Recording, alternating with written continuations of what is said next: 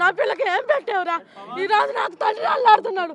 నా అన్న కాలు చెల్లాడు దిమ్ములు పెట్టుకుని అన్నం తినుకోండి మేము అల్లాడుతున్నాం. ఉదయం నీకు అప్ప చెల్లెళ్ళు ఉంటారుగా, నీ చెల్లి దూరం అయితే నీ బిడ్డ దూరం అయితే మీకు అంత కడుపు కోతగా ఉండిద్ది. 20 రోజులు నువ్వు పెట్టుకుని ఈ రోజు నా కూతురికి ఏం మందు పెట్టావురా నువ్వు? నా పిల్లలు నాయకులకి వెళ్ళమని చెప్పు. పిల్లలను వసీకరణ చేసుకున్నావు, నీ గుప్పుట్లో పెట్టుకున్నావు. పోలీస్ డిపార్ట్మెంట్ ఒకటే అనుకున్నానండి. అని 2 పీకి పిల్లకి ఏం పెట్టాడో చెప్పించుండండి. నా పిల్లలు నాయకులకి వెళ్ళమని ఆయన దగ్గర పిలిపించి నువ్వు వెళ్ళిపోమని ఆయన దగ్గర పంపించి నా పిల్లలు నాకు అప్పు చెప్పే బాధ్యత పోలీస్ డిపార్ట్మెంట్ వరకు ఉందండి. అని పీకైనా మా ముందర కళ్ళ ముందర పెట్టైనా సరే నేను రానంటుందండి. వెళ్ళానండి. అసలు కన్నతో లేని ఆప్యాత లేదు, కన్నతో లేని ఆప్యాత లేదు. ఆడు ఏం చేశాడో పోలీసు వారిని గట్టి కోటింగ్ వాలి అండి. నేను ఉంటే హోమ్లో ఉంటా, లేకపోతే ఆడ అత్తగారింటి కదా, అత్తగారు వెళ్ళాలి ఇద్దండి. అదండి ఆడదేదో బెల్లం పలేదో చచ్చిందంటే మా దేలు దాడి చచ్చాడంటే అదే అదే మీరు అడగాలి, అదే మీరు అడగాలి. ఆ పిల్లని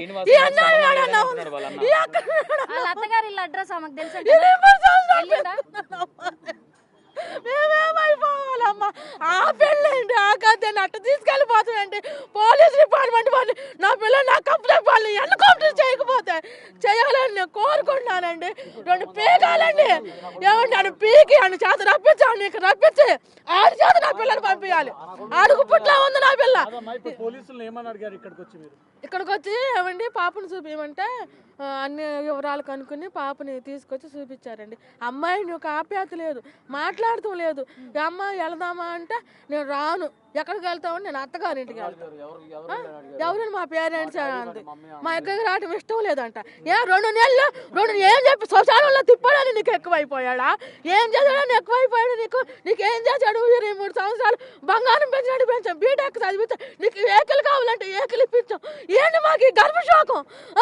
శ్రీనివాసు నువ్వు వచ్చి అడిగి నువ్వు వెళ్ళమ్మని సాగా నమ్మపోవాలి పిల్లని. నీ అంత తేలుస్తాను నా కొడక. తెలంగాణ డీజీపీ గారు ఎక్కడికి వెళ్ళి నువ్వు ఏం మందు పెట్టావో పిల్లకి, నువ్వేం చేసావో కోటింగ్ దారి కక్కాలి నువ్వు. నా పిల్లలు నువ్వేం చేసావురా? నేను 23 సంవత్సరాలు పెంచుకున్నావురా. 2 నెలలు నువ్వేం చేసావురా? నువ్వు 30,000 నాకు 1 లక్ష పోలీసులు అవసరం కౌన్సిలింగ్ ఆఫీస్కి పంపిస్తానన్నారండి. ఆయన కోటింగ్ అయ్యాలండి బాగా బాగా. ఆ పిల్ల రావట్లేదు కమ్మా. వచ్చి 15 రోజులు కౌన్సిలింగ్ పెడతాం. వస్తే